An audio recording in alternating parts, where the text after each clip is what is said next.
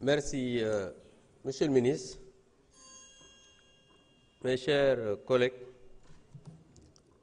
je voudrais poser la question préalable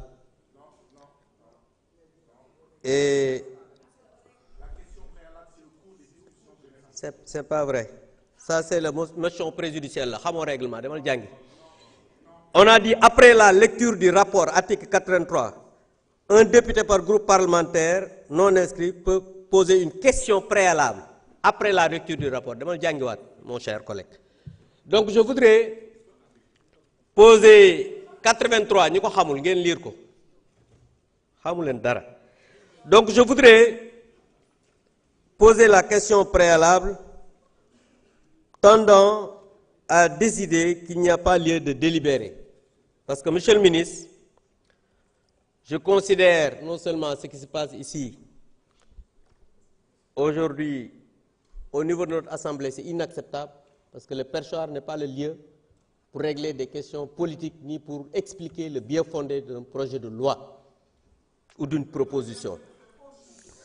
Je voudrais dire que, Monsieur le ministre, aujourd'hui, le monde du travail est en ébullition. Vous avez été syndicaliste et vos ex-camarades ont fait une déclaration que vous avez lue.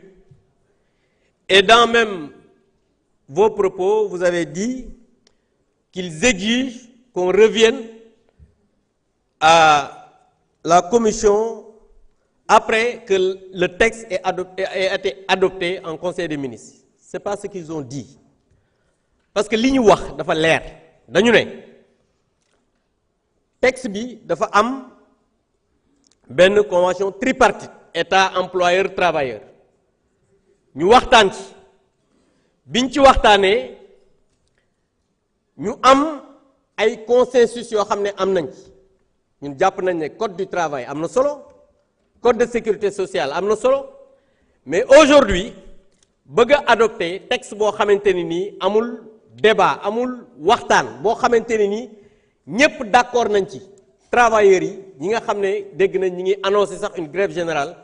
Monsieur le ministre, c'est déclarer la guerre aux travailleurs du Sénégal te réew mi toll na ay jafe-jafe yoo xamante ne nii jàpp naa ne waroon nañ balaa ñuy adopter texte bu am solo nii mu am ay waxtaan. Et vous-même vous savez que ñoom syndicalistes yi ak patronat bi yépp bind nañ le 6 mai l'ancien premier ministre limogé ñu bind ko ne ko bëgg nañ ñu joxaat leen texte bi ñu mën ci waxtaan def ci ay amendement yow yaa ngi nekkoon au conseil du dialogue social xam nga ne lettre boobu am na donc bu ñu ñëwee fii bëgg a adopter ce texte là sans pour autant que mu am ay waxtaan alors que ñépp xam nañ ne Sénégal jamono ji mu toll jàpp naa ne bu ñu jàppalewul travailleurs yi ci jafe-jafe yi ñu nekk suñu deful suñu kéem kàttan pour que li nga xam ne moo des as néew ci àq ak yelleefu travailleurs yi bëgg a ñëw adopter benn texte au forcing je pense que loolu dafa doon loo xamante ni dafay révéler encore une fois de plus l'esprit de ce régime qui veut installer une dictature à tous les niveaux. Parce que l'esprit même de ces lois yi ñuy proposer fii mooy forcing violer la loi travailler à tout faire pour que imposer suñu majorité parce que soo waxee ñu ne woy ñoo am majorité mais boo amee majorité te doo waxtaan li ngay def ban njariñ la am soo amee majorité te li ngay wax askan wi gisuñu ci seen bopp travailleurs yi gisuñu ci seen bopp ban askan la am. Donc monsieur le ministre, je considère que voter ce projet de loi c'est déclarer la guerre aux travailleurs, c'est nasaxal li nga xamante ni nii mooy travail fii ci Sénégal et je pense que loolu moo tax may proposer à ce que ñu bañ a délibérer. Je vous remercie. Monsieur le Président de la Commission des lois, avez-vous des observations?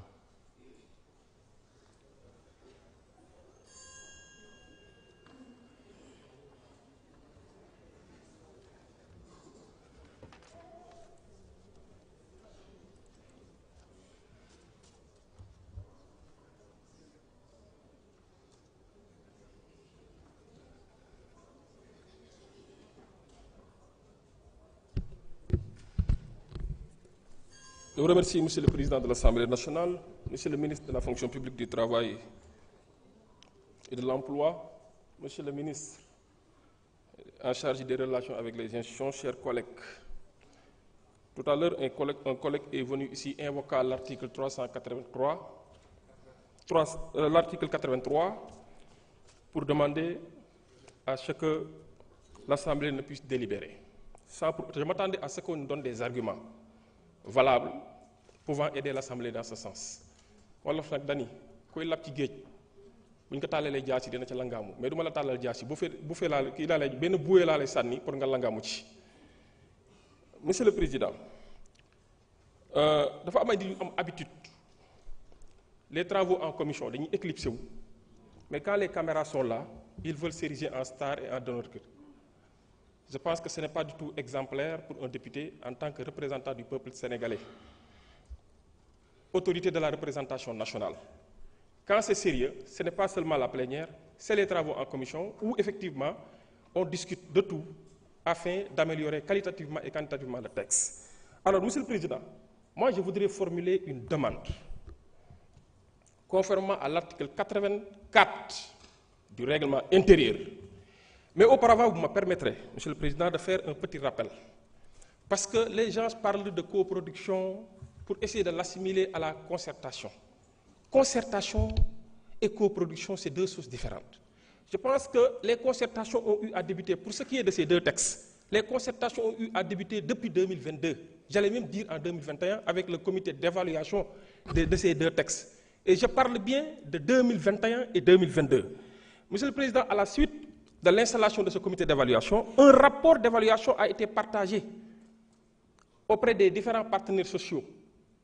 Et également la mise en place d'un comité de pilotage tripartite composé du gouvernement, du patronat et des travailleurs, des syndicats. C'est important de le rappeler parce que ça, c'est de la concertation. Alors, un autre comité a été mis en place, c'est le Conseil consultatif national du travail et de la sécurité sociale, composé des membres du gouvernement, des représentants du gouvernement, des syndicats, du patronat, de l'Assemblée nationale, du ministère de la Justice et de la Cour suprême. Par la suite, il y a eu effectivement transmission de ces deux projets au niveau des structures habilitées, à savoir le secrétariat général du gouvernement, qui a des entités qui ont eu à travailler sur ces textes. Mais, Monsieur le Président, je voudrais, à l'appui de ma demande, faire observer que, Monsieur le Président, au cours des travaux en commission, et avant même ces travaux, des députés de la 15e législature, et d'autres députés d'ailleurs qui nous accompagnent, ont eu, Monsieur le Président, à manifester leurs préoccupations